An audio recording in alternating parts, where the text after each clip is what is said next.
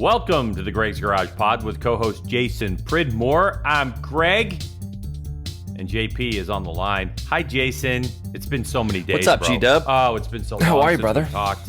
I'm good. How about you? I know. Yeah, good. Just busy. Last week and a half on the road, and back from Utah. Great racing that we got to do over the weekend in Utah, so that was fun. You getting any time off? Gonna get any time off?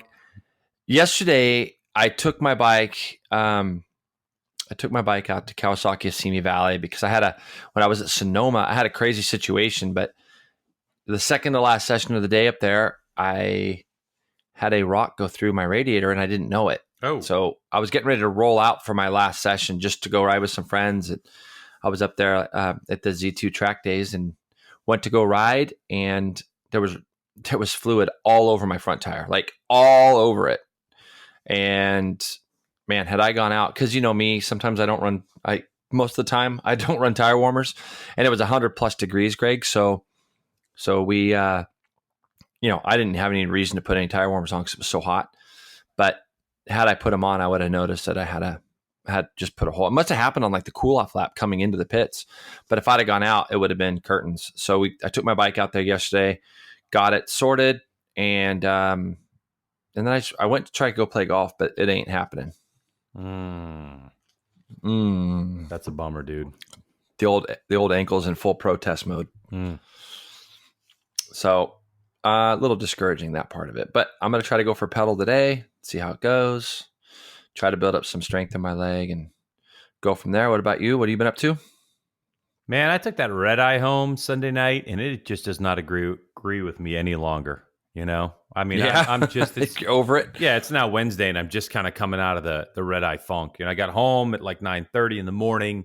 I got a little bit of a nap, and then went and tried to shoot my bow, to stay in the rhythm and stuff, and had a couple great shots. And I mean, my mind was wandering. There's a couple shots I don't even remember. I must have been daydreaming. Yeah. And then, getting ready, for the podcast yesterday and all that stuff. But I got shooting this morning and pretty good. And I have to leave to go to an archery tournament to commentate tomorrow. But then the following weekend is the state championship for one of the archery rounds. So I'm gunning for that W, we'll see what happens. So I just get all my applications for all the USGA and SCGA events that I've done in my past, and I don't even look at them. I just delete them from my email because I just can't even do them. So it's a bit of a drag. And the red eye stuff, I stopped doing that a couple of years ago. Maybe I'm just getting old or something, but I got to stay in good places. I got to stay in great places with good beds, and I shy away from the eye stuff. Yeah, I try to. So I know what you mean. We're just getting old, G-Dub. That's it. Our producer, who's not a little younger than us, that guy went red eye in from New York for Saturday's races, was there, Saturday, Sunday, red eye home, was home 2 days. Then he red eyed over to London. Nordy. Gotta love Nordy. Nordy. Yep. He's the best. All those guys are great. I mean, but yeah, I know what you're saying. It's gnarly for him to do that, but he's got some other commitments with other stuff, which is great. So no, it's good. All right, Jay, let's talk about racing then, because that's what we do here. Let's kick it off with MotoGP Catalunya. Talk about the results of the Premier Class MotoGP. Why are you laughing, Greg? I'm laughing because it was such an interesting race. That's a good way of putting it. Yeah. Yeah. So Marc Marquez won by 2.6 seconds over Quartararo, Petrucci in third, Rins in fourth, Jack Miller in fifth, Joan Mir, Pol Espargaro, Takaaki Nakagami, Tito Rabat, Johan Zarco, Andrea Iannone in 11th, Miguel Oliveira 12th, and Sylvain Guintoli in 13th. The names you're missing off there, Jay: Crutchlow, Morbidelli, Bagnaia, Cyrene, Rossi, Dovizioso, Vinales, Lorenzo, Alicia Spargaro, Carol Abraham, and Bradley Smith. So we had 11 non-finishers, 13 finishers. We almost went halvesies on that one. All we had to do is have one rider. I was going to say, do you think that might be a record, for like the last 5 years? I can't remember seeing 11 guys not finish. I don't know. It was full. G-Dub, you could have scored a point this weekend. Dude, I was thinking that exact thing when I was watching the race. You could have scored. You could have finished 14th I was like, in that race. Oh my God, Jason Pridmore sure. with his stupid ankle, he would have been able to. All you had to do was finish. That's it. All you do was finish. We could have had 14th and 15th locked up. All right. If we didn't take each other out. Speaking of taking each other out. Yes. So the race gets going, yada, yada, yada. Bradley Smith has a bit of an incident that when you watch the broadcast, you didn't see till later. But Bradley Smith hit his teammate, Alicia Spargaro, arguably the faster of the two Aprilia Racing Team Gresini riders. And Alicia got hurt. So that was one thing. But we knew Bradley was out at the time of the broadcast. So if you kind of move forward here to lap 2? Yeah. Going into a slow corner, the slow corner, Jorge Lorenzo on the Repsol Honda makes a big move, kind of. I mean, it wasn't really that big of a move. He was passing from 4th to 3rd at the same time that Marquez was passing from second to first. Yeah. And then he tucked the front and he cleaned out the likes of Vinales, championship contender Dovizioso, and then Rossi got caught up in the melee. Skittle. So there we are. Skittles. Right? So yep. Yeah. The Skittles, yeah. All kinds of different colors all over the ground. All over the ground. Yeah. Couple things. Yeah. Number one, once that competition wasn't there for Marquez, bye-bye. All right, I get it. You know what I mean? He brought it on cruise control mode, no big whoop. But let's talk about the crash, because there's a lot of people yakking about the crash. What did you think? What were your impressions? Do you need me to qualify this by saying, Lorenzo, took responsibility, went down to garages. He did all the right things. Dude. What? Yeah. Well, Greg, is it bad that when it happened, I was laughing because I just couldn't believe what I saw. It's, I think I'm pretty consistent with my calls on these kind of situations. There's not a rider out there that goes into a situation and thinks to himself, well, I'm going to go clean out 3 riders. Lorenzo's obviously a little bit desperate. People are reading into that he's got no results and, he should have chilled out. At the end of the day, I've said it a million times over and over. You go sit in a slow corner on a race weekend, you're going to see the most action. If you want to see tip overs, that's where you're going to see them. And there was probably 50 in that corner that weekend. Every race had a situation or multiple situations in that said corner that we're talking about. I think it was a little bit of a combination. I can't look at it and say that it wasn't Lorenzo's fault. 100% was. But if you look at Dovi was just kind of overslowing a little bit once he saw Marquez was going underneath him, and he was just going to try to fall in behind Marquez probably. There was no reason for Dovi to try to get on the gas because Marquez had the position, and Lorenzo got in there too deep by about, a fraction. And when he got in there, had his bike somehow or other, missed Dovi's bike, it wouldn't even have been a thing, really. Vinales might have got cleaned out too, but it was a screw up. It was a mistake. It was just an error very early in a race. Lorenzo felt like he had an opportunity to go past. If you go back and you look at when they come out of the fast right-hander before then, Dovi kind of gets bucked up out of the seat, and it kind of causes that whole chain of riders behind him to close up on each other. And that's why Marquez went by Dovi going in there. It was a little chain reaction. But Lorenzo screwed up. It was a mess up, and it's over. There's nothing he could do about it. He didn't want to go out there and clean those 3 guys out. No, he didn't. And afterward, Marc Marquez saw the crash, and he actually came to his teammate's defense, which it's been pretty public that Marquez and Lorenzo aren't BFFs. But he did say, look, it was a move. It was on a full fuel load. He hadn't been that close to the front. It's just a mistake. And Lorenzo's repeatedly said it was a rookie mistake, and that's that. And it's a shame that it's blowing this championship wide open, that Marquez gets 25 points and Dovizioso gets 0. And that's really a shame. But there's something I want to bring your attention to. Yeah. Okay? Yep. Who's the most popular? Let me ask you this question. Who's the most popular MotoGP rider in the paddock? Rossi. Did you happen to see the overhead shots that they showed a little bit later? It was like a overhead shot of all 4 of them crashing when corner workers came running. What I thought was hilarious about that is you're probably going to tell me they all went to Rossi, but I thought it was so funny that Lorenzo just jumped up and ran to his bike. He didn't even no wave of his arm. Sorry, no nothing. Just I got to go find my bike. But what ended up happening? Did they all go to Rossi? Not all of them, but the majority of them. And there's one shot where Vinales has 0 corner workers around him. Lorenzo has 1 corner worker trying to help him up, and there were 4 on Rossi's bike and 1. That's so funny. You know, it was like if you watch it, the overhead shot, and you see all the corner workers rush in, everybody wanted to help Rossi. And I just, it's one of those things that you notice when you have been around racing so long. And I kept kind of going back to it, you know, rewinding it, going, wow. And I'm counting people, and I'm just thinking, oh, no way. I got to go back and look. Yeah, because I'm like, poor Vinales, man, was all by himself trying to get his bike. And finally, some corner worker who was one of 4 helping Rossi looks up and he started sprinting over there, and they cut away from the shot. And I was like, oh, poor guy. Poor guy. What about, you know, when you look at this thing, did you see Rossi's comments afterwards? I haven't. No. Mm-mm. He was very like nonchalant about it. Like, hey, it's a stupid corner. Like, we've seen multiple accidents. He wants it to go back to the old version of the track. Because, you know, they built that because after you come out of that left, you go into a fast right. And so what they did is they built that left-hander to slow it down. So normally the track goes down a little bit further.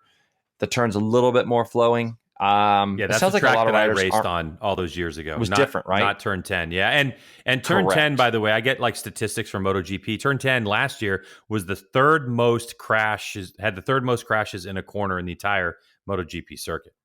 Well, it might be taking the lead this year because I think so. There was so many crashes in practices and qualifyings, and in the race there was just, it leads itself to multiple bike crashes because that's what we saw a lot of. I mean, multiple bike crashes. So I think that when you look at it, it's kind of a silly turn. Lorenzo made a mistake. Sadly, it was at the beginning when the field was bunched up. But let's not take away from what Marquez did. He still controlled it. He put himself in the right spot, and yeah, he won by 2.6. The margin, you know, it looked a lot bigger than that. Quartararo, who qualifies on pole, I mean, this kid is like ultimately the real deal. I think Yamaha is going to have some real decisions to make here of, you know, I don't think it's going to be a situation anymore where they're going to have to make a decision. They're not going to want Quartararo to get out of the Yamaha family. I don't believe he's just doing too well. So he gets his first podium. Petrucci rode hard that whole race, just fighting off the advances of Alex Rins for the majority of it.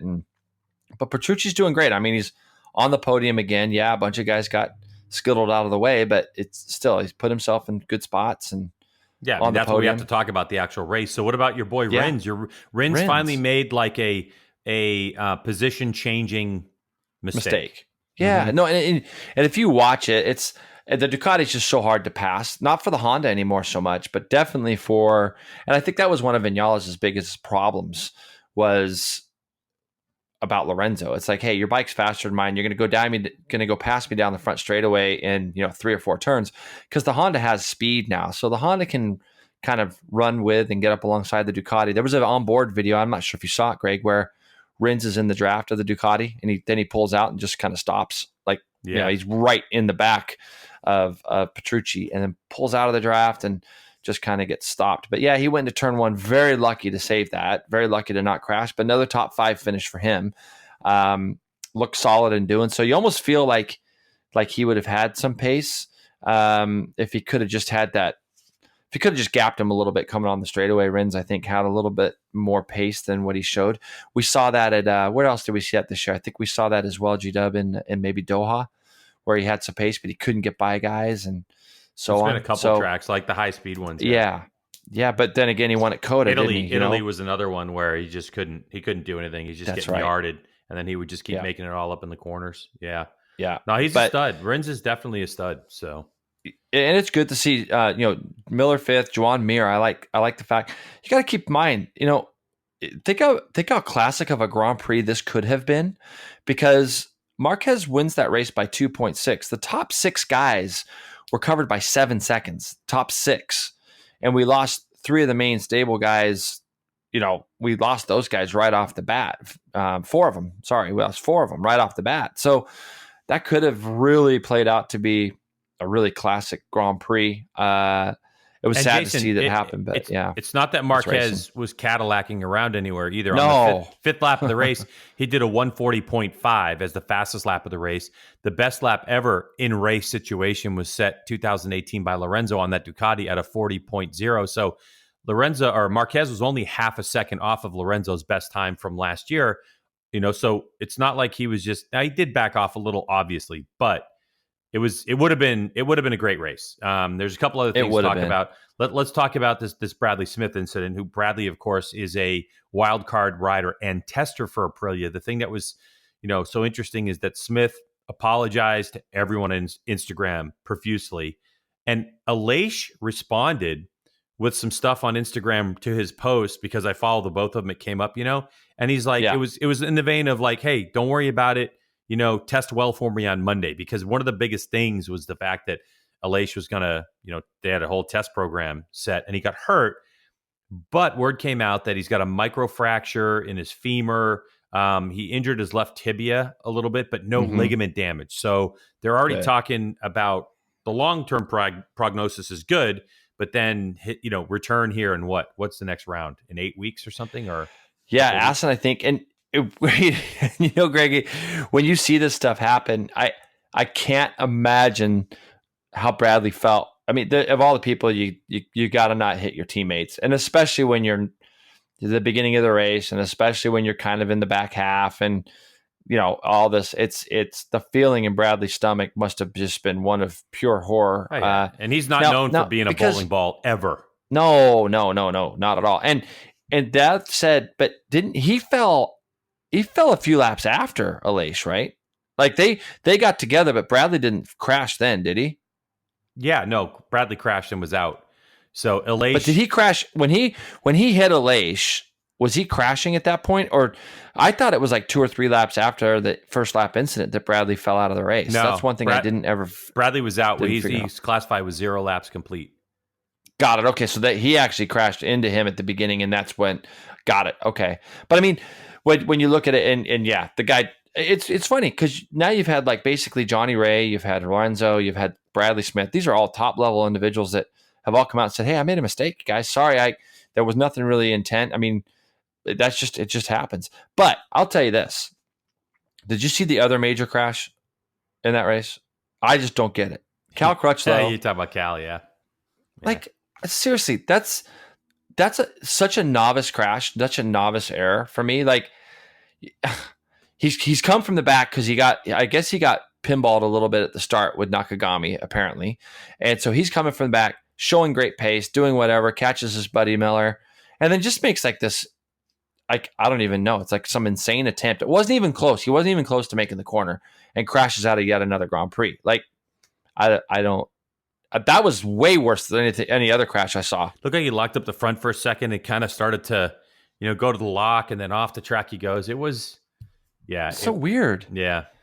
Like I at this stage, I look at somebody like Cal Crutchlow and go, "There's no way you make those kind of mistakes." Like you're coming through the field, you're doing well, you got a top 5 within your grasp, you got a few title contenders that have just dropped out in front of you. I know you're trying to get to the front, but that was a move that wasn't even close. It wasn't even like, oh yeah, I kind of see that he could have made it. He's coming from like 2 bike lengths back, trying to outbrake Miller, and just crashes himself down the road. Crazy. And you know what, Greg, you're right. It does do some bad things to the championship, but there's nobody in Marquez's class. Week in, week out, the guys there, the announcers cracked me up on Saturday. I'm watching I'm watching qualifying, and they're talking about Marquez might not have the pace in the race. And I'm like, are these guys like... I heard that too, yeah. Can you hear what you're saying? You're basically saying Marquez might not have pace for the race? Like, it blew me away. I mean, Marquez has the pace in every race. He has the pace every weekend. He figures it out. If he doesn't win, you almost got to think there's always going to be a problem if he doesn't win, right? Yeah. So, and now he's 37 points ahead in the championship. 37 points out. It's still a long season, though. I mean, anything can happen. I mean, that's just one little accident away. And the way these guys that they're racing is close. Marquez could have been involved in that incident just as easy as anybody else. He escaped it, and now he's got a 37-point lead. What I found funny was that I saw that they tested on Monday, and Marquez was already thinking about 2020. Yeah, how about that, huh? He's already thinking about 2020. So, that's scary for everybody else. Like, oh, okay, yeah, let's just finish this year out. But I'm already working on 2020 and going forward. So, yeah, we'll see how it goes in Assen. When you start thinking about 2020, though, Greg, you got to start thinking about Alex Marquez now, don't you? He's put himself in the shop window fairly nicely. 3rd win on the trot for him in Moto2. did it relatively easily again. Once he got to the front, he was very much like his brother and dominated that race. Three races in a row where he's looked fairly dominant. And it's funny how it is, isn't it, when you see a rider just start to click. And right now it looks like he wants to put himself into a position to maybe jump on a MotoGP bike real quickly. Tom Luthi second, Navarro third, Augusto Fernandez fourth. Enea Bastianini continues to impress coming from Moto3. I really like that kid. Luca Marini, sixth. Marcel Schroeder, seventh. Xavi Vierge, eighth. Lowe's. Nagashima finishes 10th. And then go back to Binder, who's got some big issues with the KTM. I know that's the highest KTM in the field. They're struggling. Locatelli, Bulliga, Corsi, and Jorge Martin, our Moto3 world champ, is the last in the points. Did you watch it? Oh, yeah, I watched it. There are what'd you a couple get? things that stood out. Obviously, the whole Remy Garner incident at the beginning where he clipped Baldassarri, that was really strange. Yeah. And I want your take on it, because what it looked like to me, if you look at it over and over and over again, it looked like either Baldassarri he overbraked or he missed a gear of some sort, because there was all of a sudden a gap. And it was Remy who ended up running into him, and then I can't remember who was right behind him, almost clobbered him too. One of the VR46 or the Sky VR46 riders. I can't remember if it was Marini. Might have been Marini or something. Yeah. And I just thought it was weird, and I just think that Remy got hung out. He got hung out in a bad situation, and it's like, wow, after having a podium and fighting so hard at the beginning of the year, for him to start having the season he's having now is like spooky. Yeah, but you kind of see the same guys making the same mistakes over and over. And Remy, he is, as well as he did at the beginning of the year, tremendous. In fact, he always looks like he's on the edge. Like, it always looks frantic. It never looks easy. It always looks like it's. And when you look at that track, and you know better than I do, because I've never been to this one, but that turn 4 is a turn that seems like can get bunched up a lot at the beginning of the races. And what a lot of these guys fail to mention or fail to think about, I believe, is that, man, we got a whole race ahead of us. And I know that you can gain positions at the beginning and you want to be aggressive, but it's a controlled aggression. You take yourself out on the first or second lap, you never get to see the finish anyways. And it's, to me, when I watch that, it's you kind of see everybody bunching up. You got to have some awareness level around you. But when you look, Greg, it is the same guys every weekend making the same mistakes, it seems to me. And they're either up front or they're on the ground. I mean, Baldassarri. What's that? Like Baldassarri. It's exact same. And at the beginning of the year, I was praising the guy, thinking, well, it kind of looks like this guy's finally got his stuff together. And we'll talk about somebody in Moto3 in a minute that truly has had that happen this year as far as getting his stuff together. But I guess what I'm saying is that when you see Gardner in the gravel, you're not like, oh wow, that never happens. That's a shocker. It's like you kind of go like, well, yeah, that kind of happens. And his teammate finished 10th, and it's like, but again, they're young kids. They're learning. They learn from these mistakes, you hope. But what do you think of Alex Marquez's style right now? Do you think he's doing enough right now? I mean, wouldn't it be amazing if you had both those guys winning championships in the same year? It'd be a fun household to be in. It would be. I think he's poised right now to do it. He's had 6 wins, I believe, total in Moto2, and 3 of them have been in a row. So there's no doubt. I just don't. He's done it at some different tracks. And he seems to be really getting along with, obviously, the chassis. The Kalex chassis is the premier chassis this year. But with the new Triumph motor, I just think he's in a groove, in a rhythm. He looks good. He isn't forcing the issue when he needs to pass. He's not going out there and getting the whole shot and checking out. He's got to fight for it. And I thought Tom Luthi held on for as long as he could. That's the other concern I have looking at Marquez, though, is that he's kind of making Luthi look like a fader right now. Where Luthi goes out, he's on the front row or pole position. He starts having a strong race at the beginning and he's out, and then he just starts to lose pace a little bit. Yeah. Where Marquez is getting stronger as the race wears on, and there's what you really need. So to me, even if Marquez was third with 6 laps to go and 2 seconds behind the leader, I still would put my money on Marquez just the way he's racing right now. I agree. And it just seems like, and we've seen him in the gravel a lot. We've seen him make a lot of mistakes. And it seems like, man, there's nothing better than when you have pace, you can control the race, and you're faster than everybody else. It's like the best combination that you can obviously have. And he seems to have maybe found it. And I'm it's like I said, I'm happy for the guy only because he's got some big shoes that he's following, and it's got to be frustrating, and he's got to hear the murmurs. And right now he's quietening those guys down. He's got a 7-point lead over Luthi and 21 now over Navarro, who's doing well on the speed up chassis.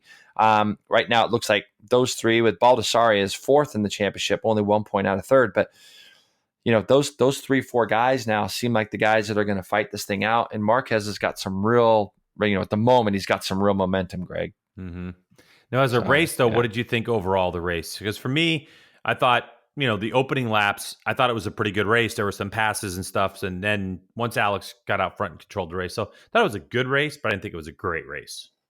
No, I agree. I think when you look at the race itself, it tends to get strung out a little bit. We had a little bit of battling back there with Schrader and Vierge and Sam Lowe's towards the end. I mean, Sam qualified on the front row. Probably expected a little bit more from him. He might be in the let's get some results and finish some race mode after a few incidents, because we saw him in testing not really tip off that much. And then he's kind of gone through a little bit of a bad spell. So maybe he's just getting some results now for his team. And but he was in that battle for 7th at the end with Marini, our battle for 6th, I guess, with Marini. Greg, how's the race? It's still the third most exciting of the weekend, isn't it? Yeah, because we have this thing called Moto3, which is, oh, my aching head, Moto3. I mean, yeah. Okay, let's go over the results. Let's do it. This is the worst thing about saying results for Moto3 is this has nothing to do with the race. Does that make sense? True. Like, of course, this 100%. Is how the race 100%. unfolded at the end. This is the checkered flag and stuff, but it's Marcos Ramirez who won by 1/10 of a second over Aaron Canet. Vietti was in 3rd place. Lopez, Foggia. You had Ogura, who's now my new favorite Moto3 racer, and I'll tell you why, obviously later. Yeah. Right? Yep. Family connection. Yep. Romano Finati in 7th. Sasaki in 8th. Yeah, that's right. We're getting into names that most people haven't heard of before because there was a ton of attrition. So Sasaki, Yamanaka, Jakob Kornfeld in 10th place. Nicola Antonelli, Carlos Tate. I don't know how to pronounce that. Is it Tate? Yeah, Tate. Yeah, I don't know that. I don't know. Yeah, either. John McPhee, Tom Booth Amos, and then Darren Binder rounding out your top 15, the last of our points paying positions. So we had 19 finishers in this one, JP, and we had about 11 non-finishers. And turn 10 claimed a few of them, that's for sure. Oh, yeah. No, exactly right. Yeah, I mean, Binder was one of those casualties there through no fault of his own. Yep. He got up and at least collected a point. Binder's another one of those guys, though. When you watch Darren Binder ride, he's another one of those guys that you're just kind of holding your breath the whole time, like, because he rides so aggressive and he has a tendency to fall off a little bit, kind of a win it or bin it kind of guy. But in this case, he had nothing to do with his accident there. It was not his fault. But now I got a question because I know you're a stat guy, and I did we end our streak? Has Ramirez won in the last 11 or 12 tries? Man, that's a good question. I think he has. I think so. I didn't check into it, but I think he has. Sure. I think he ends our streak. But let's the guy that I'm most. Go ahead. Yeah. I'm most impressed with Aaron Canet, Oh, yeah. No, he is putting himself in a position to win this championship like he's there. You know what I mean? Every weekend, he stays out of trouble. And if you remember in the past, there's been a lot said about him, and he has had the over-aggressive riding tendencies. He's been penalized. He's done this or he's done that. But, when you look and you think to yourself, he's riding for Max Biaggi. He's just a one-rider show on that team. He's generally the only KTM that has really been able to take the fight to the Hondas week in and week out. But Greg, he always puts himself in the right positions.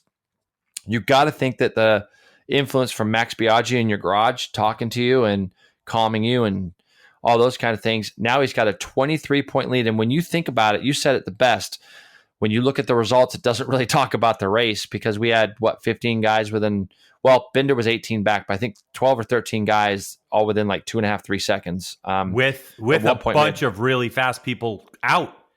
You know what I mean? Yeah, like so if I look one back, time we had like 20 people. So if you say the top 13 were within 3.2, I'm looking at the non-finishers. You might as well just pile another five riders in there that are all going to be within 3.2.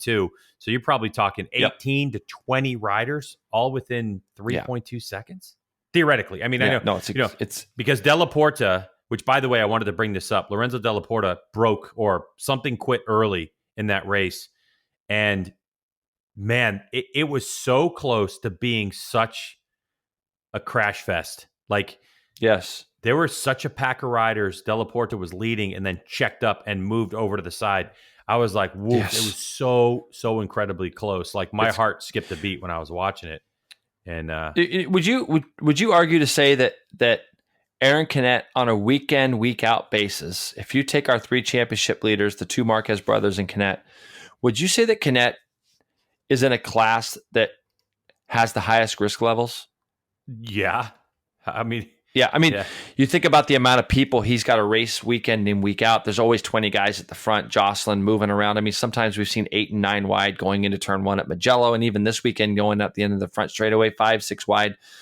To have a 23-point lead in that class right now, to me, is fairly dominant. And no, he's not winning every weekend. He's won a couple, but he's not winning every weekend. But just to keep yourself in the right spots, it's an incredible amount of awareness. That's what I always think about when I watch these races. If you key on one person and you watch somebody and you see the positions that they're in, and the risk levels that there are Moto3, what is Moto3, is so high. So for him to lead by 23 points, I think is a testament to how much he's matured as a rider. I agree. For sure. All right, so he's got one win, Jay, does Aaron Canet. So this is the way his season's gone so far. He at the opening round, he finished in 3rd. And then in Argentina, he was back in 12th place. Yep. He qualified 2nd, but was back in 12th. Then he won at Circuit of the Americas. Yeah. He finished 4th in Spain.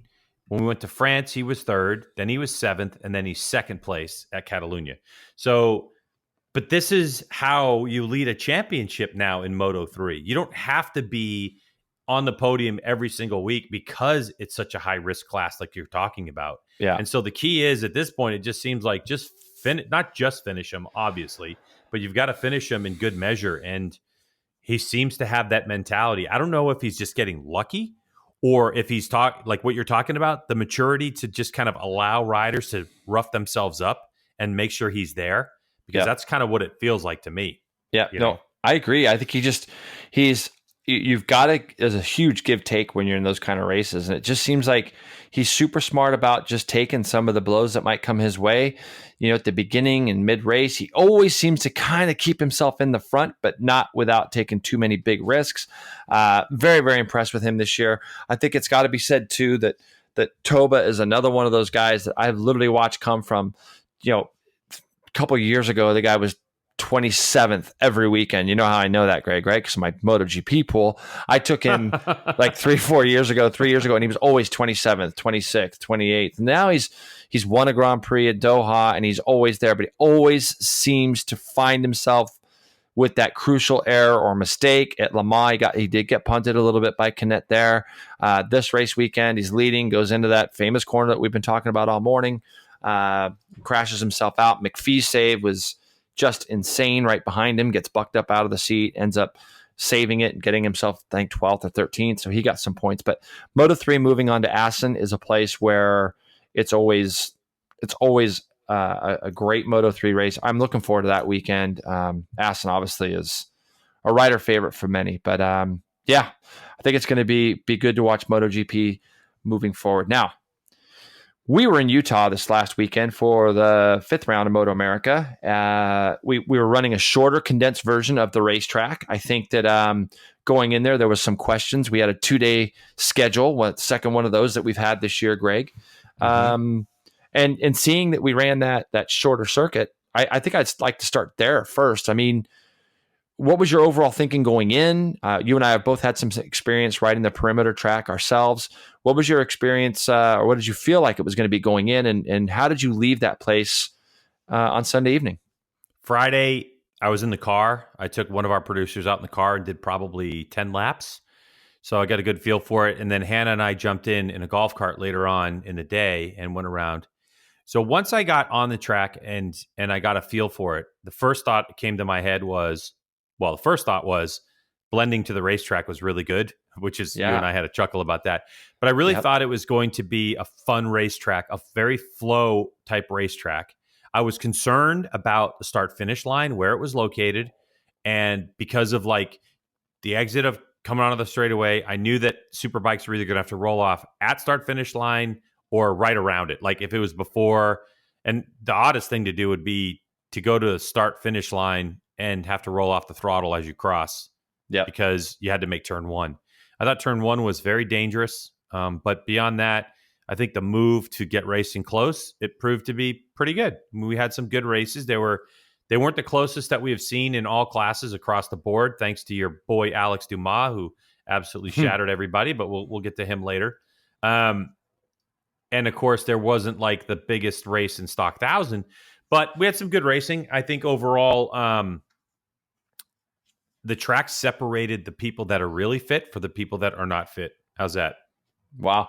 I think I like everything you said there. I was not a fan of turn one myself. And I think that everybody involved would say the same, but it was something we had to deal with. I think that I saw a lot of people in the gravel after start finish line after the races too, but it is what it is. We when you look at it, I was more concerned about those seams that we kept hearing about the weekend prior. They had a race up there, a club race up there, and there were some issues about that. I think MotoAmerica did a good job of trying to handle those seams the best that they could. I mean, all the guys, they made kind of a plan and of what they wanted to try to do. So we didn't really see any real big problems with those in turn 7 and stuff. I know in turn 1, it caught a couple people out. Most notable, Josh Hayes. I hated seeing Josh get thrown to the ground there in first practice and hit really, really hard. So the fact that he continued the weekend was good. I agree with the racing. The racing I thought was our first Superbike race, I guess is where we should start, was of the weekend, was incredibly good. I mean, we had at one point, we had 7 or 8 of our Superbike guys all up in that lead battle, which was nice to see. Tony Elias goes on and wins that first race very methodically, coming from it as far back as 5th at one point. Matthew Skoltz ends up 2nd. Really nice bounce back for him, for the WorldSBK Racing team after a couple tough rounds. It was nice to see Matthew find his feet again and do well. Only 1.9 behind the winner. Garrett Gerloff ends up 3rd. Surprisingly, Cameron Beaubier ended up 4th, and we'll talk about that some more here, I'm sure, in a little while. But Cameron ends up 4th, and just didn't seem like he, at the beginning of that race, he led the train for so long, and it just looked like he was a tick off and was just missing something. Jake Lewis ends up 5th, Heron 6th, Gagne 7th. Uribe, great to see Jason Uribe in the paddock with his mom and being on a Honda. Looked pretty sharp, Greg, I think, compared to, maybe some of the other Hondas we've seen. I think he did an okay job. And David Anthony 9th, and then Matthew Orange finishes 10th. But that first race was kind of fun for us to watch because we had so much action going on at the front with so many different riders. Yeah, it turns out that for Cameron Beaubier, it was a rear tire situation. I don't know if it was choosing the wrong tire or just never came in or whatever the situation was. And Cam told me he's out there doing whatever, like, low 31s, and he thought the pace was going to be quicker, and he's out there doing those times, or mid 31s, I guess. And he's like, why isn't anyone coming around me?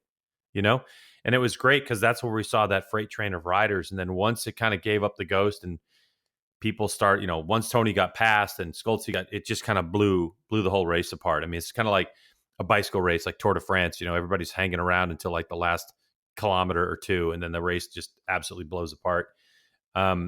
So I thought it was like that a little bit, wasn't it? Yeah, really. We had this big dramatic ending we thought was coming. You and I both thought was coming, and then it all started to unfold in front of us. And then, we saw Matthew Skoltz and Heron get together, and Josh had the fastest lap of the race at a 30.6, I believe, and he looked like pretty solid. I mean, Josh always comes to race on the weekends or on the race days when that light goes out. You can always be guaranteed he's going to be there. And he was really the one making the moves at the beginning of the track that I thought was going to be very difficult to pass on. He was kind of the mover and shaker, and then some things happened in front of him, and then him and Matthew got into it. And then the ending just kind of blew apart, didn't it? Like you said, it did. It blew apart. Tony Elias suffered with a little bit of fuel load issues on the front, not quite as comfortable. Once he broke free and that race pace set in, Jay, his fastest time was a 131.0. Jason Uribe, who was in 8th place on that Honda, was a 131.2.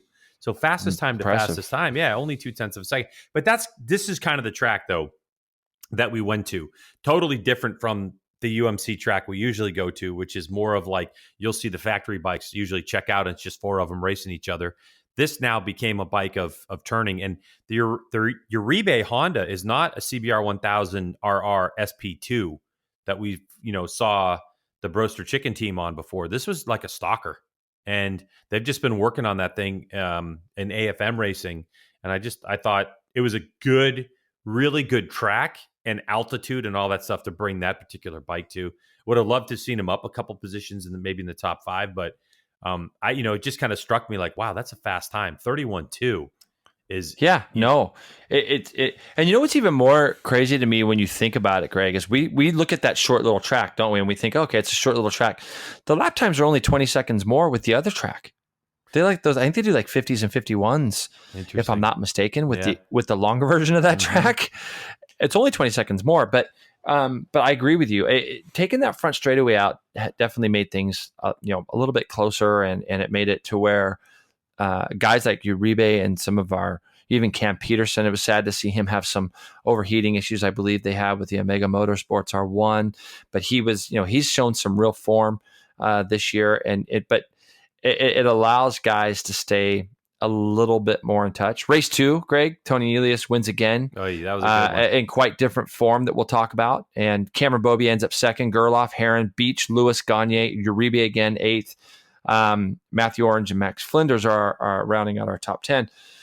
Man, we said it in our telecast that could be a real defining moment in our championship, because Cameron, the second day, was Cameron. He came out, I believe he ran a 29.7 before the red flag, had a 2.5 second lead with about 10 to go, and looked like he was really, really managing it. At the beginning of the race on new tires with a full tank of fuel, you could really see the difference between Cameron and Tony, couldn't you? Yeah. And I felt bad for Cameron. I'm not going to lie, because I've been in the position before where you've got a race plan and you're sticking to it. The red flag comes out, and I get it. Everybody says it's the same for everybody. Yeah, I disagree with that, because the 2.5 seconds to manage with 10 to go, I felt was more doable than him being able to really do anything with Tony in the last half. And it formed to be true. We had a tremendous race at the front between Elias, Bobby, and Gerloff, finishing half a second apart. How do you feel about it? Same way you do. I just hate. I hate it. I know for the race fans, a 10-lap sprint race is good, but for the championship, it kind of stinks, because that 4th place that Cam had on day 1 with Tony leading, and now another 5 points in race 2 is kind of a big deal. That's, if you look at it, that's a 10-point swing, really, because Cam had 5 points back, and then he ended up giving 5 points away. So, but red flags happen. That's part of racing, and it was for safety concerns and all that kind of stuff. But I don't know. Do you think that maybe they should? Do you think that maybe they should look at the rule like that you should be able to change tires and do all that kind of stuff? I mean, not like I want to drum up some controversy or not, but I think I can speak for you on this pretty safely in saying that we are taking 0 away from Tony Elias here. Like, he rode amazing. Yep. He took advantage of a situation. And when I say he took advantage of it, that last 4 laps were some of the best we've seen. Tony, obviously, I don't need to go on and on about how great he is. He's an incredible tacticianer when it comes to riding and putting himself in the right places. I've had text threads with both Tony and Cameron after the weekend, and listening to both of them kind of talk about things. It's taking nothing away from him. Everybody always talked about aggregate times and stuff. And for me, I'm a much bigger fan. Don't bring that shit up again. Oh my God. I like it better. I think it's just, I don't know. You shouldn't get penalized for certain things. And, but yeah, okay. I won't talk about that. Shut your you never stupid heard mouth. that. Scratch that out. Time. Yeah. Just scratch that aggregate time. We've been through down this road. Ultimately, racing is about the fan, not about the rider themselves, right? So the fan wants to know when somebody crosses the start finish line, that's the winner and that's done. And Yeah, us as a commentator, dude. Okay, you haven't been in the booth. Gonna do you haven't been in the booth with aggregate time, and trust me, you'd be throwing things all over the booth if you were trying to sort that out. We're gonna have a podcast one day all about aggregate time. Yeah, all about it. You and I. Yeah. Just nobody will listen to it, but we're gonna have it. I love the aggression at the beginning from Garrett Gerloff. I think that's one of the things that he has kind of his MO has been. He's not aggressive enough, but he was throwing shots in there at Cameron and Tony. I like that. Josh Herron was there as well. I think he ran off with 4 to go, Greg? Probably ran off. Yeah. And Herron was really, you looked at Josh and you think, he's not, again, you think, he's not really anywhere close. But when the light goes out, the kid puts his head down and tries to, he does his absolute best, gets everything he can out of it. I think JD had a disappointing weekend. We saw him on the ground a couple of times. He gets 5th in the second race, just holding off, his buddy Jake Lewis. I kind of think I expected a little bit more from JD this weekend. I think he would have as well. His first race accident was really through no fault of his own, I guess. He did run off, but there was a bit of a lip there, wasn't it? And he just caught it and fell over. But he was throwing some shots in that first race as well that looked like he was coming forward. So I think he probably expected himself to be up a little further in the second race even. I hope they test. I hope Attack Performance, Estenson Racing, Yamaha tests these next. It's tough because of JD's schedule with American Flat Track, but they're just missing something on the chatter side, which is coming from the clutch. So it's not, they don't have the right slipper clutch setting right now, and that's creating some chatter kind of just before mid-corner and mid-corner. And so it's kind of slowing him down a little bit. And, Jay, you've ridden with chatter before. I've ridden with chatter before. And the thing about chatter is that chatter basically is telling you that your front tire is coming off the ground, or at least it's really close. It's not tracking over bumps. And so it's unnerving because you just can't get the speed that you need out of a motorcycle when it's chattering because you feel like you're on the edge of going down. And a lot of times a solution for chatter would be to get on the gas. You know what I mean? Get a load off the front tire. Well, if you're not quite through the corner yet and you're mid-corner chatter, that's where it's kind of the worst, Yeah. So they hopefully they test. They're working on it, right? Yeah, no, they're working every session. They're working on it, and Stamboli obviously is a smart guy. So it's just a balance thing. It's finding the right setting that they need. And again, JD's still working on getting off that rear brake. And we had a conversation about it, the chatter issue, the clutch issue, all that kind of stuff. And he was just like, "Look, there's some ways around it, which is the rear brake, but that's not the fastest way around the racetrack." So he's got it now. Yeah. And then let's talk about Kyle Wyman, because unfortunately for the SC Project KWR Ducati, that was a bum weekend for him. Just a bum weekend. You know what, though? When we saw him at the end of the weekend, he says, "Hey, I learned more this weekend than I have any other." Mm-hmm. So he's pulling positives from it. So he didn't seem too upset with things. And I think that he'll be able to take something from his weekend, maybe apply that come Laguna. We got 3 weeks till Laguna. I'm looking forward to getting up there for World Superbike weekend. And I think that our MotoAmerica class right now should be pretty solid race weekend up there, but hopefully Kyle can find his feet a little bit more at a place like Laguna. I know Ducati Corsa will be there, so I'm sure they'll be spending some time in the pits over there looking at Kyle's bike, and who knows, maybe some things will fall out the crates. That's right. Yeah, on their way out of town. He's got a line on a new swing arm. But that's about all I'm going to say. So how about good for him? How about move to Super Sport? What do you think? Let's do it. Talk about it. All right. Hayden Gillum wins 10th of a second over Bobby Fong in race 1. Richie Escalante, 3rd. Sean Dillon Kelly, 4th. PJ Jacobson in 5th. Bryce Prince. Joshua Kurt Hayes in 7th. Braden Ort in 8th. Nick McFadden, 9th. Lucas Silva, 11th. Jason Aguilar, Ashton Yates, Jared Nassani, Corey Ventura, and Carlos Abraham Garcia. And then that, by the way, that was, like I said, a 10th of a second. And then the ridiculous race, which was race 2, where Bobby Fong won by 0.003 of a second. Then it was PJ, Bryce Prince, SDK, Escalante, Hayes, Aguilar, McFadden, Silva, Ort, Nassani, Ventura, Carlos, Abraham Garcia, and Ashton Yates. Caroline Olsen just outside the points in 16th on both of them.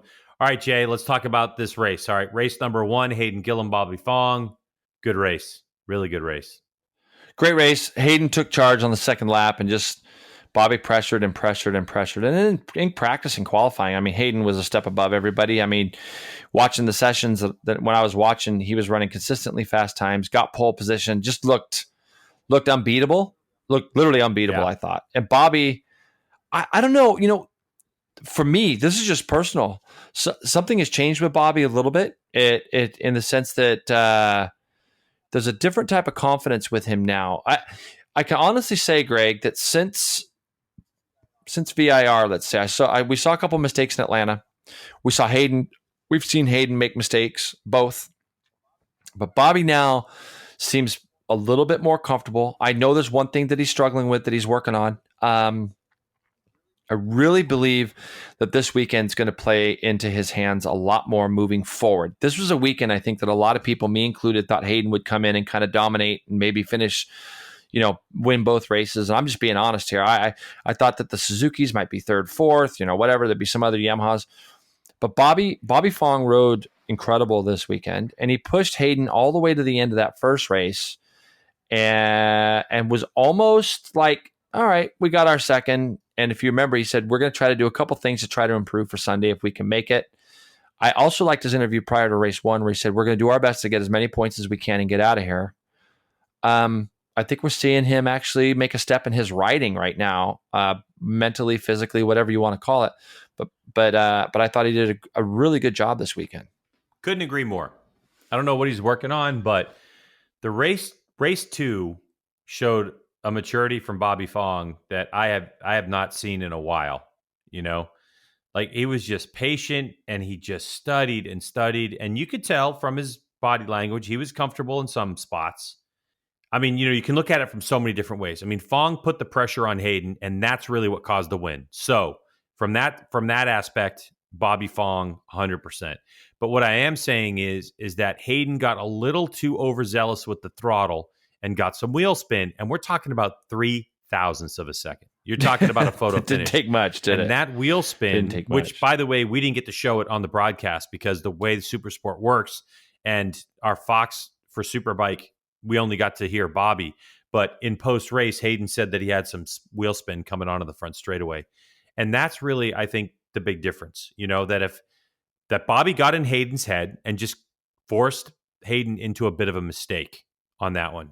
It's like when it's that close, though, Greg. It's sort of like an unwritten mistake, if you know what I mean. It wasn't something that he did specifically wrong. He was just trying to get that last little 0.003 of a second out of that rear tire, and it just spun ever so slightly on him. I mean, if the line is 6 feet closer, Hayden Gillim wins the race, right? Yeah. I mean, it's one of those things that it's just such a fine line, and he was pressured the whole way. What's really ironic to me about watching that race, both races really, is that Hayden definitely, if you look at these two bikes, it's a lot like watching the Yamaha and the Suzuki in our Superbike classes as well, because Hayden seems to be able to, on new tires, just have that little bit more aggression, put his bike in a couple different spots. And then in this race specifically, probably about 8 laps in, Hayden's kind of hanging on, if you know what I mean. Like he's doing everything he can to just kind of keep that pace up. But Bobby just kind of closes that gap back in and sits on him and watches and waits. And at a track that's very difficult to pass, it would be really, really easy for Bobby to make some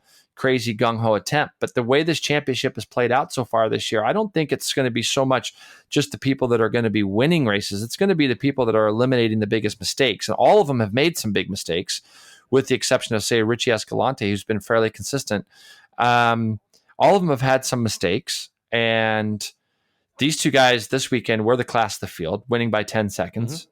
I think when you go back further, it was another solid weekend for Richie Escalante on the Hudson motorcycle team. I think he did a really nice job. Sean Dillon Kelly, again, those two guys were arguably, I would say, the next two best.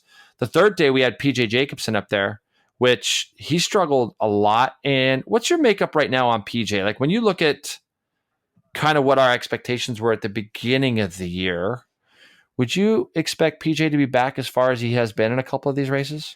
No, and I don't think he has either. So, PJ is really intense. He understands he's a world caliber rider. He's won races at the world level and so on. Was in World Superbike last year. And I just think that the talent level and the speed level has surprised him a little bit. And I just think it's lack of testing. But for PJ, and Jason, as you know, of course, now PJ is looking at this in a different way, I think. Now it's, I'm going to pit race in a couple of weeks. I'm going to go, ride this track, go back to Jersey. Like he's going on street bikes to go do track days so he can kind of get a leg up because it's not natural talent that's carrying him any longer, because he's shown up to these racetracks and he's realizing, wait a second, I don't care if it's 5 laps or half a session or the entire session behind what the competitors are. He doesn't have enough talent. There's not such a big gap of PJ Jacobsen to the rest of the field where he's able to make it up. That's a 10-second deficit for both days. And they were so far off in these 2-day programs that he was 3 teeth. I mean, going 3 teeth larger in the rear, that's a huge change, as you know. You go a almost tooth, makes you go think, a half a tooth, you know. What? Makes you think something was weird going on there. But, you know, and let's not keep in mind, I mean, it's the first time this year, first time he's ever been on an R6 in his career. But, man, this weekend just blew the championship open. Hayden Gillam's got a 7-point lead over Fong. 35 points back now is Escalante. I mean, it wasn't that long ago that we had 5 guys within sort of 24 points of each other. And now you got Escalante 35 back, PJ 39 back. Sean Dillon Kelly is now 40 back. So, you know, I think that, you know, we'll see how things shape up at Laguna. When we start talking about our next class, Greg, Junior Cup, we finally had a different winner. It's a guy that we both have said this year is capable of winning races. Rocco Landers has been a dominant force in this class, and we slowly but surely have seen the immersion of Dallas Daniels.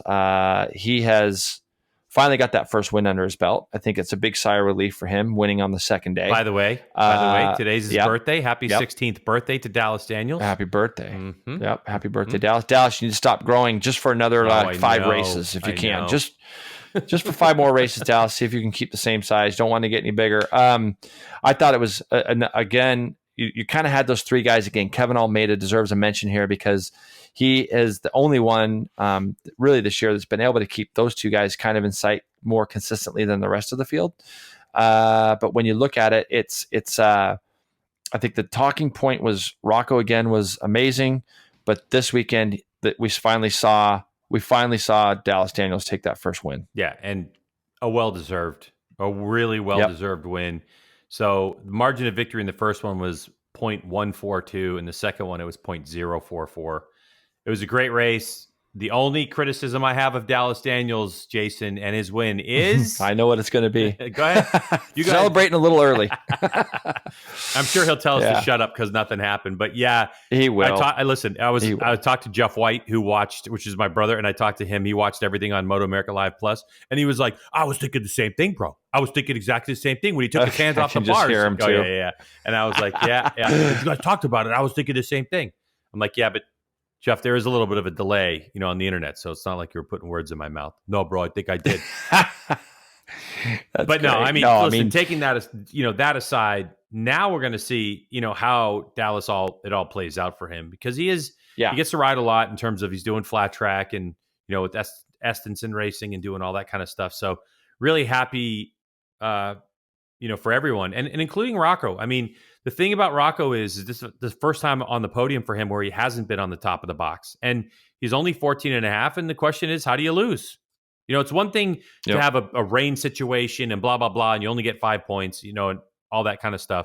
But now in a straight up fight, in a straight up battle, he lost. So it'll be interesting to see how he reacts to that. We saw him in Winner's Circle and, it was kind of like, how'd that happen? But now we'll see. He gave credit where credit was due, though. He said Dallas rode great, and he was happy for him. Yep. So I'm saying, you know what I mean? Which you're right on. Yep. Yeah, we'll see how he bounces back on this one. If he's able to put it behind him. I think for somebody like his age, though, Greg, don't you think? I think it's good for him to get beat. No, that's what I'm saying. It's really important. It's really important. That it's good. That's how he. So we know he can win. Rocco Landers, we're talking about. We know he can win from a bunch of different scenarios, right? From pit lane, basically. Back of the grid. Of course, we've talked about that before. So now it's, how do you lose? How do you react to the losing? Can you come back and put it behind you? Is it something that's going to bother him until Laguna? It's all those things. So it's going to be interesting to see because every racer is different. What this class does for us, Jason, Liqui Junior Cup, gives us an opportunity to watch these riders mature, from 14 to 15 to 16. And then we can see how they handle the ups and downs of racing, I love it. And we had some guys too this weekend. I think Isaiah Burleson is a guy that stepped up. Benjamin Glotty, who I wasn't that familiar with, another quarterly racing on track development rider. That's it. It's great that kid turned 14 the day before he got to race. So great. and for him to be top 5 is incredible. Dominic Doyle, I got a little bit of insight on that. Remember, we saw him parked on the warm-up lap, and basically it was a tip-over switch, and Dustin Apgar actually helped them get that bike together, so I was happy to see Dominic get back out, finish 6th. I know there's one other little key element in the Moto3, in the Liqui Moly Junior Cup that you touched on in Moto3 about your new favorite family. Yeah, you want to talk about that? So a young lady, 20-year-old lady from Japan came over, Karen Ogura, who races in what would be our Junior Cup. In Japan, they race the same motorcycles like the Ninja 400, but they're capped at 250 cc. So her younger brother, who's a rookie in the Moto3 class, is Ai Ogura, and so she was very, very nice. Doesn't speak a lot of English, does Karen, but all reports from the racetrack are that she's fast and she's very aggressive. And I like that. I talked to Hunter Dunham, Greg, and he says to me, he goes, Jay, as I'm racing her, and this, like, all of a sudden, I just get slammed. Yeah. He goes, I just get and it's like, and she's like looking the other way. Like she's like, she's on her way. Yeah. And he's like, I'm twice as big as her. He's like, I don't think that's going to work too much more for her, like in that regard. So, well, that's the hard he was part, very, very cool about it. What are you going to do as a dude? Oh my gosh. You're going to throw an elbow out and drop her? And even Rocco said there was one time in race 1 where Rocco kind of got caught out a little bit and he was making his way back up, and Karin got around him and just on the straightaway just slammed the front door right on him. He was like, whoa, what happened here? Yeah. So she's scheduled to race in 2 other races. She'll be at Laguna and then at Sonoma. She's on an R3, so as we know, Jason, that's a bit of a deficit. In race 1, she was the second Yamaha. She was P10. So it was kind of an interesting weekend for her because I think she got the track. So like in session 1, she was 6th. Session 2, she was 7th. In the race 1, she was 10th. And then in race 2, she was 12th.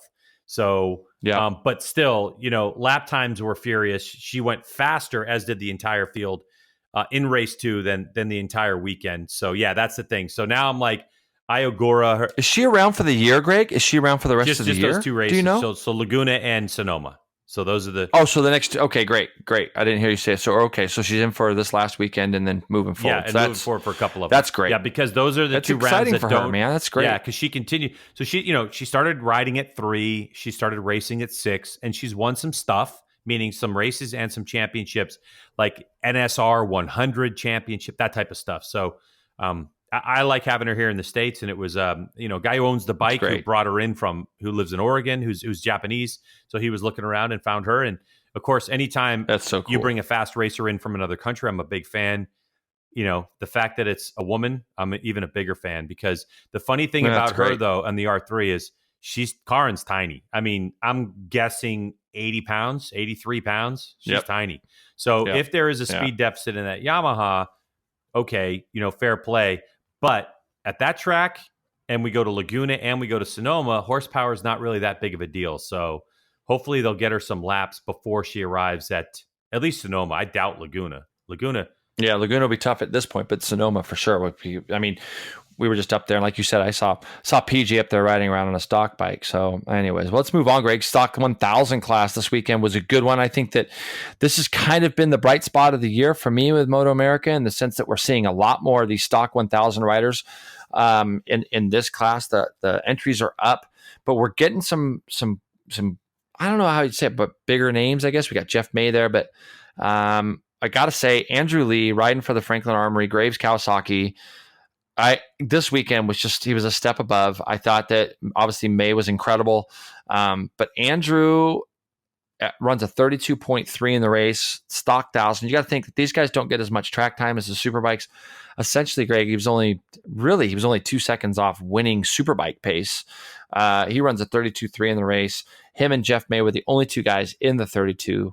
Jeff ends up second. Mesa, loved seeing him here. I'm glad Stefano is doing the whole series. He keeps his podium streak going, finishes 3rd. Travis Wyman, I think, was one of the guys to beat this weekend, but he got such a horrible start. Launch control, there was something to do with his launch control, didn't work as well. He ended up going backwards. He ends up 4th. Michael Gilbert 5th. Miles Thornton ends up 6th. Chad Lewin 7th. Wyatt Ferris 8th. Sebastian Ferreira, Bradley Ward are the top 10. When you look at this race, Greg, it was kind of an interesting thing because Andrew had told me before the start of the race that they were missing a couple little things in qualifying and he didn't get that clean lap.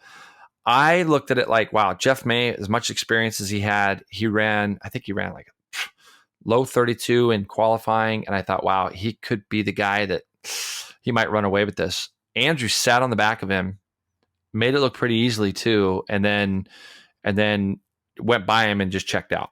Yeah, I mean, that's the race, really. 3-second margin to victory. I just thought Andrew did a good job, and he's showing everyone why he's got the number one plate, because Jeff May is no slouch. There's no doubt about it. Absolutely. I mean, he's very fast. So, yeah, I mean, props to him, not only on the racing side. He's got Franklin Armory as a sponsor, and yep, he's bringing outside industry sponsors in. And in talking with him, they're holding him accountable, so, but Andrew did meaning Franklin Armory. They're not just like friends that are giving him money. They're like, okay, man, what's the exposure numbers? What are our metrics here to measure the exposure that you're providing for us? And I like the fact that Franklin Armory is keeping track of that because of the growth of MotoAmerica, which is great. By the way, side note, MotoAmerica sent out a report talking about that exact thing for competitors. I don't know if you saw that. They sent out an email yesterday. No, what? Yeah, it says about TV ratings, exposure, all that kind of stuff. Yep, it's good. It's all up. It's all the stuff is up. It's good information to provide people like Andrew Lee, who has a sponsor like Franklin Armory, to give them information of how the sport is, what's the litmus test. This is all information provided after Road America. So they sent that email out and, for sponsors and all that kind of stuff. But anyway, I thought it was a good race. I like that the class is growing. I'm going to be very interested to see when we get to Sonoma or even Laguna, how big this class is going to be, because they have such a strong club racing program in AFM over on that side of the country. If this class is going to be 35 or 40 riders deep, it has the potential, especially at Sonoma, Jay, as we know, because there's so many local fast guys there that can do really good laps. And they think, and usually are right, that they can compete with anyone in MotoAmerica. Let me ask you an unbiased question, Greg. When you look at this class now compared to last year, if our series, I'm hoping, continues to go the direction that we're going, and even by like the email you said was sent out by MotoAmerica, I think the engagement there is, I don't hear any murmurs anymore about the disengagement between teams and management stuff as far as the series goes. So I think that's a strong point of what's going on with MotoAmerica. Do you look at an Andrew Lee as a guy that you would consider putting on a superbike moving forward after what he did last year, and then watching the races this year with better, let's say a higher class of riders? I mean, last year it was just basically Andrew and Travis. Now we've got 4 or 5 other guys that can win any given weekend. Do you think that this could be a class that potential superbike teams could pull riders from? Yeah, I think it has to be. Yeah.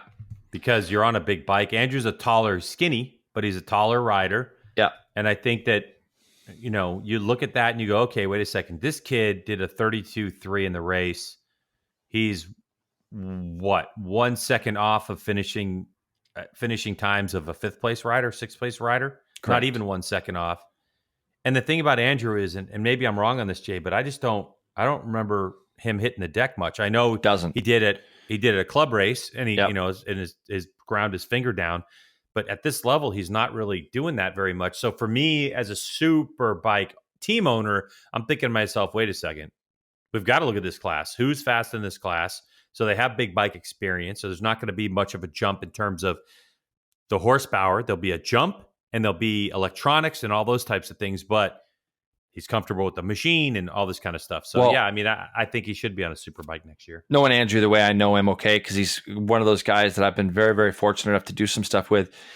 He's incredibly intelligent. Like, his bike IQ is really good. Like, he is not the guy that he is continuously wanting to improve himself, which is great. And I think that as young as he is, and I've told the story before, the very first day I ever worked with him, he was 16, I think.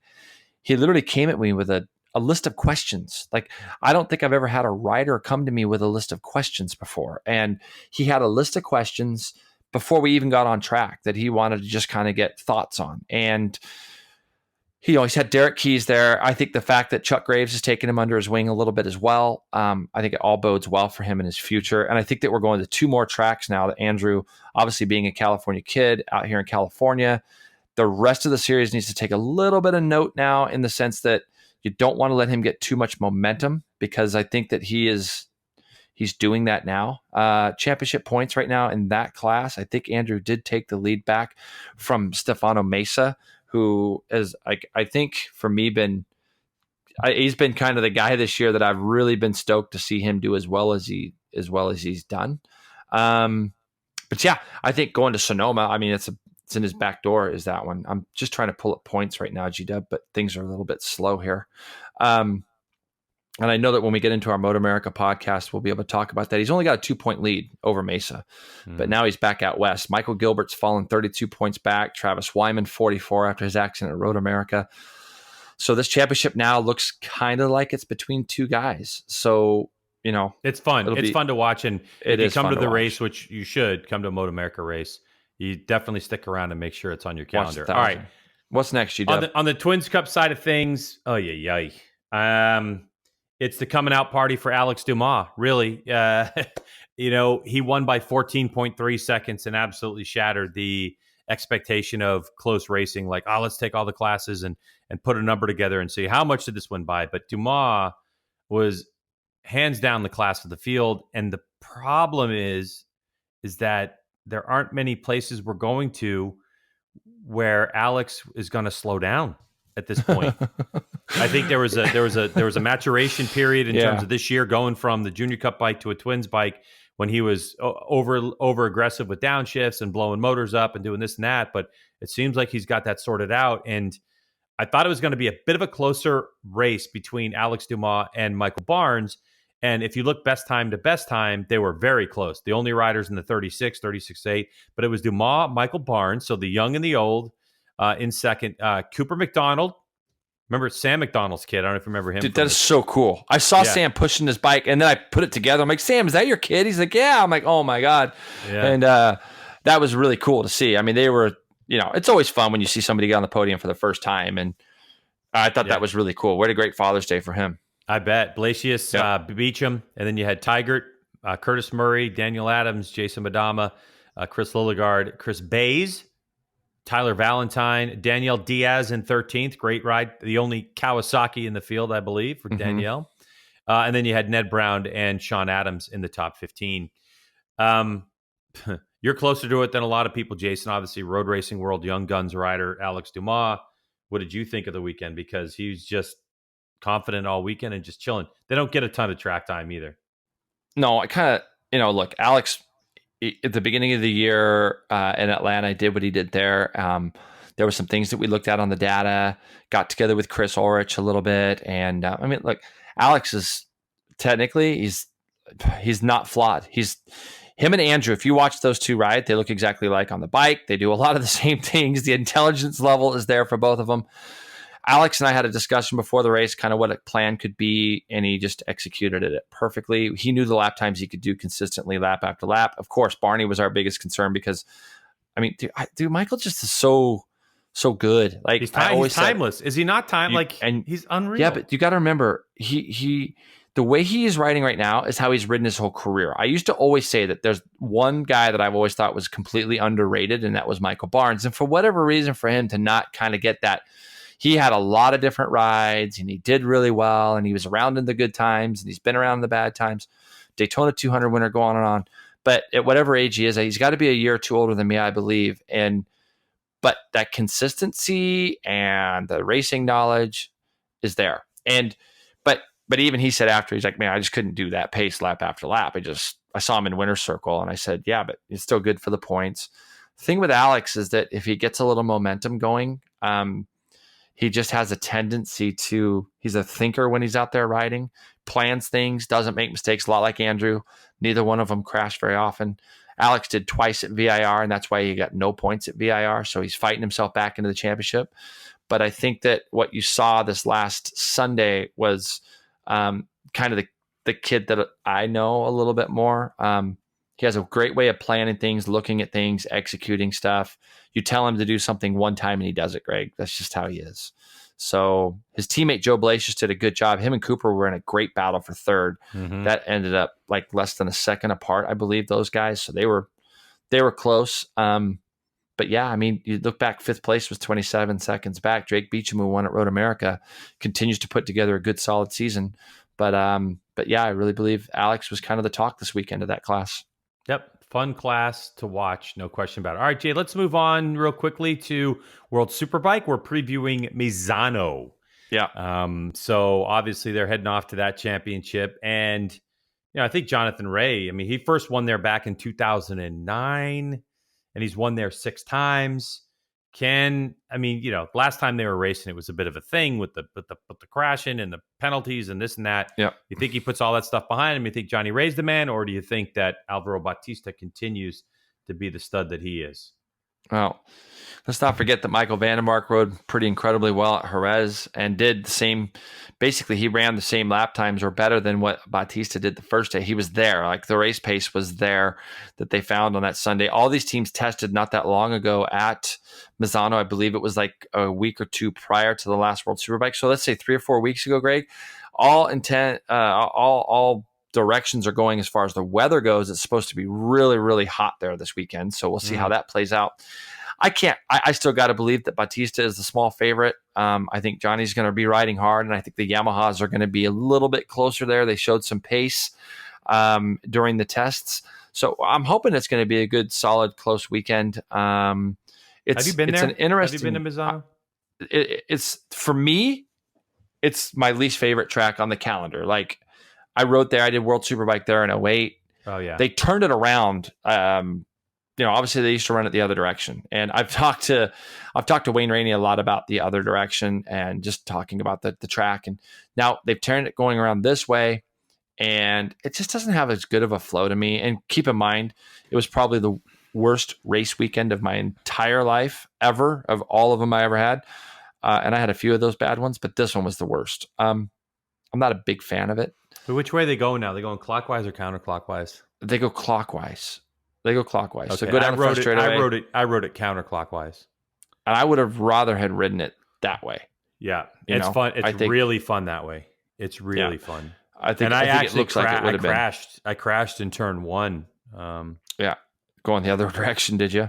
Yeah, which is where Wayne crashed, I believe.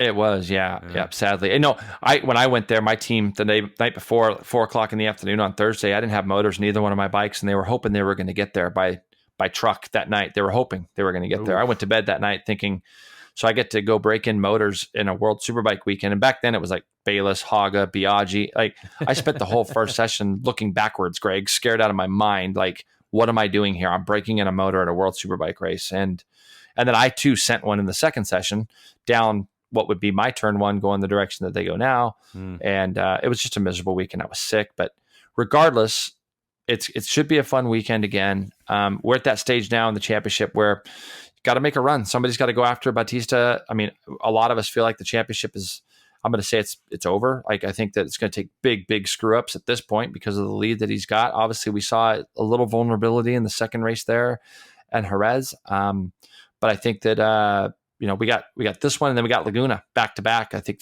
Laguna will be a good track for. No, they actually go to Great Britain, remember? So they go. That's right. They go to Donington. That's right. They go to Donington and then straight to us. Laguna. And it's also something to think about in World Superbike, because you have I haven't even looked at a calendar, but you have this weekend, and then I think they get a week off. Is that right? Yeah, they'll get a weekend. I think you're right. Then they go straight to Great Britain. Then they come straight to the United States. Then they're off until September. So it's like, if you want to be involved in this championship, whether you're battling for second or third or whatever it is, there's got to be a thought in the back of your head that says, okay, I got 3 race weekends in a row that I've got to at least stay healthy, because you can kind of throw it all out there at Laguna. And if you get hurt at Laguna, well, at least you have a long time to recover, type of a thing. Not that that's going to be a defining factor, but there's always that consideration that if you have a run of 3 races and 4 race weekends, how much are you going to let it hang out here at Misano? So, about as far as staying healthy, you're exactly right. I mean, this could be, these next 3 races will be pivotal in that championship. So We'll see how that goes. Looking forward to that. It'll be fun to watch. So let's talk about a little bit of news, Greg. This last weekend with Pro Motocross, we had BSB, we had American Flat Track, and ProMoto and High Point. Tomac takes the overall with 3-2. Baggett was really good in the first moto. I watched that one. I didn't get to see the second moto, but I watched the first moto. Baggett. It's pretty weird how sometimes these guys just all of a sudden they're 10 seconds ahead of everybody else. And, somebody like Baggett just goes out, gets a good start, smokes everybody, Roczen wins the second moto. But Tomac showing some consistency, third and second overall.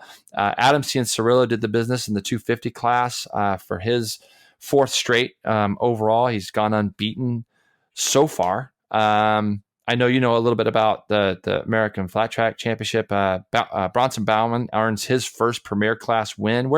How did Raj do in that when he ended up eighth, Greg? Yeah, Roger Hayden made the main and finished eighth and was the second of the Yamahas, and talked a little bit on social media. Actually, I haven't had a chance to talk with him, but just about the Yamaha's development and how they keep spinning the rear tire. But a lot of Indians in the mix. Brian Smith was fifth on a Kawasaki Ninja. So you had two Indians, a Yamaha, a Harley, and a Kawasaki in the top five. So that's good for that series. But yeah, it's great for that series. Yeah, that was Loudon, New Hampshire, and it got a bit choppy. There was three race starts, so that was a toughie. Anyway. Are you talking about a bad track in Loudon, New Hampshire? Wow. Never heard of that before. Let's go. I'm going to get hate now for that probably, but I'm sorry. BSB was at Brands Hatch. Josh Brooks continuing to do it over there. Gets the double on the Ducati. Tommy Bridewell as well, just ripping on the Ducatis. So I believe that's going to leave Brooks in the championship points lead right now. I don't think that's the Ducati that everybody else thought was going to be leading the championship, because there's a MotoGP rider over there, and MotoGP is at such a higher level than everything else in the world. All right. But calm me down, G-Dub. Get a hold of me right now. All right. But yeah, so good to see Tommy Bridewell do good. You know what's interesting, Greg, is I found out that this weekend he was actually offered that seat again because Eugene's out again. So we're sending our best thoughts to both Eugene Laverty and Leon Camier, because they're both out again for this weekend in Misano. And Bridewell actually turned the ride down. He didn't want to go to Misano and do that and take that seat. And I don't know exactly the reason why. I haven't done a lot of research, but I did see where Tommy Bridewell is not going to go to Misano. He's been on that bike for the last two rounds, but he's chose not to go this time. So I wonder what does he see there, Yeah. Interesting to see. Maybe he's just focused on his championship. All right, that means it's time for our quick shift segment presented by ARAI Helmets, where we'll rattle off some questions and have 60 seconds or so to talk about them. And Jay, for 3 generations, ARAI's been making some of the world's best helmets. And of course, ARAI helmets meet all safety standards, but they also pride themselves in a blend of engineering tech and human craftsmanship. It makes an ARAI helmet fit better and feel better, which also protects you better. Your head's worth the best. Go visit ARAIAmericas.com for more information on tech, fit, and some paint jobs. ARAIAmericas.com, because you owe it to your head. That's right. Owe it to your head. All right, Jay, let's start off, because after 60 seconds or so, if I look at the clock properly, that's what you're going to hear. All right, so since we're talking about BSB, JP, American Brandon Paasch, a KTM Cup champ here in the United States, won another Moto3 race in the British Superbike Series over the weekend, and he had a second in race number 1. What do you think about Paasch's results in BSB? I love it. The kid's a grinder, works hard. He's too big for Moto3 bike. I think that if Moto3 was the option for him, it wouldn't be a good one. I think I'm talking about on the world level. All the talent in the world, yes, he could do it for that reason, but he's just getting too big. But this is putting Brandon on the map. It's nothing is better than winning. I believe Brandon Paasch is the absolute 100% real deal. His work ethic is incredible. I love seeing him finally getting some success that he deserves. And it'll be interesting to see which direction they take with him in the future. I'd love to see him close that championship out and win. Whether he stays over there or goes somewhere else, not really sure. But, we'll keep our ear to the ground on that one. But I'm happy for Brandon. Greg, you? Yeah, really happy. But, Jay, I don't know this, but does the BSB Moto3 have an eye on him, from over in Spain? That's like Spain, right? Yeah, I think that they would. There's no question that they would. But Brandon, dude, I'm telling you right now, you could put the kid on a superbike, and if you give him enough testing, he's going to figure it out. He would be a guy that right now if I was a superbike team owner and I had something going, and I wish I did, but if I did, he would be a kid that I would definitely consider putting on it, because he's kind of bigger stature and he's incredibly intelligent and works hard. I love it. All right, Greg, MotoGP tested Monday at Catalunya. Alex Rins got his hands on the newest GSX-RR chassis and said it's a step forward in all areas. especially braking, which is interesting to me because he seems like he's pretty good there anyways. He topped the timesheets for most of the day. Obviously, Vinales got a little quicker there in the last hour. What do you think about an even better chassis for the Suzuki? That's a really good question because obviously we know motors are really important and there's nothing they can do with what they have. But if they could get an even better chassis and maybe better electronic strategy and squeeze a little bit more out of that motorcycle, we go to some tracks that are still left on this calendar, Jay, and you're talking about a Suzuki that could possibly dominate a race if they get that thing even better. And as long as they don't sacrifice tire life, which they really seem to have dialed in right now, does Suzuki. It was something that Jack Miller commented on how surprisingly he thought, like, wow, like the tire life of the Suzuki, or I'm sorry, Petrucci did. Petrucci commented how well. So I think good step forward. I think a bigger step forward for Suzuki ultimately is going to be engine development, but I think a better chassis, which I didn't think needed improvement, is going to be improved. So what do you think? Well, better chassis can sometimes mean more corner speed, more roll, but it seems like he's got that. I agree with you. I think that it's an interesting statement to think that he needed better stability under braking and things. The hardest thing, Greg, to your point, is that having a bike that brakes really good is no good if you're not close enough to actually get past somebody at the end of the straightaway. So it'll be interesting to see. Obviously, he saw a step in development, and it'll be interesting to see how that translates. So I'm glad. I think he's the danger man for 2020 for sure, and I think his teammate is good. That team is solid, pretty solid. Takaaki Nakagami got to test Cal Crutchlow, which is his teammate, his 2019 Honda 211V or 213V, 211V. Jiminy Christmas! And You're he okay, set G-Dub. the no, been a he long set week. He set the fastest time he set his fastest time of the weekend in testing. He was 7th overall, about half a second off of Vinales' best. Should he be given a 2019 bike and been that 2018 he's currently riding? What you think? Yes, I think he deserves it. The guy's shown to be pretty well. It's kind of funny how him and Cal have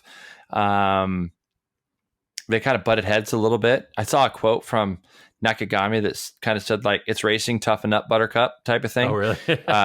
which was actually like his quote, which I thought was really funny. Yes, I do believe. Why not? The guy should be on a 2019. He's definitely shown to get some better results this year. The fact he's only half a second on Vinales is he's really kind of showing himself to make that next jump, make that next step. So it'll be interesting to see if Honda, you got to think Honda's going to give him the chance to do that. So yeah, we'll see how that goes. Be interesting to watch. All right, and with that, how about the race calendar? Go out and watch some racing this weekend. World Superbike is in Misano, as we talked about. A great place to visit and watch a race. And if it's got to be hot, you have the beach right there in Rimini. So you got to go check that out. GNCC's in Snowshoe in West Virginia. FIM Moto is in Germany. NHRA Drag Racing on the motorcycle sides in Norwalk, Ohio. The Canadian Superbike Series is in Canada somewhere at the Autodrome Saint something or another. But make sure you go check all that stuff out because we want you to go see racing. All right, Jay, what do you think? That'll about do it for us on this one. You got anything you want to say before we head on out? Nope. Looking forward to, this weekend. What do you got, G-Dub? I'm going out to Buttonwillow. I'm going to just go ride. You know what I'm going to do? I'm going to go ride with all my friends because I don't spend enough time on motorcycles or around them anyways, right? So cool. I'm going to go to Buttonwillow and ride with my friends at Let's Ride Track Days. We literally got 2 garages of nothing but my friends. Well, I am going to London. You should be here. Why aren't you here? Because I'm going to London, Kentucky. Oh, yeah. Kentucky. Yep. London, Kentucky for an ASA archery event, which airs on 11 Sports and also live YouTube streaming on Cam Media. So I'll be commentating that and watching my archery friends shoot their bows and arrows until Saturday night, and then I'm back home on Sunday. So I will touch base with you. Yeah. Just going to go Robin Hood it for the weekend, huh? Well, just commentate, I won't get to shoot a yeah, whole lot. I know. But I'll be back I'll be back behind the peep site later on next week as I prepare to try to win a state championship. Do it, G-Dub. Let's get that done. Yeah, let's do it. All right. Thanks, everybody, for checking us out. And don't forget, when we go to WeatherTech Raceway Laguna Seca, Jason and I will be doing a live video podcast that'll actually be produced and all that kind of stuff. So what you want to do is go get the MotoAmerica Live Plus app, and you'll be able to check that out live. Cool. All right. Let's do it, G-Dub. See you, bud.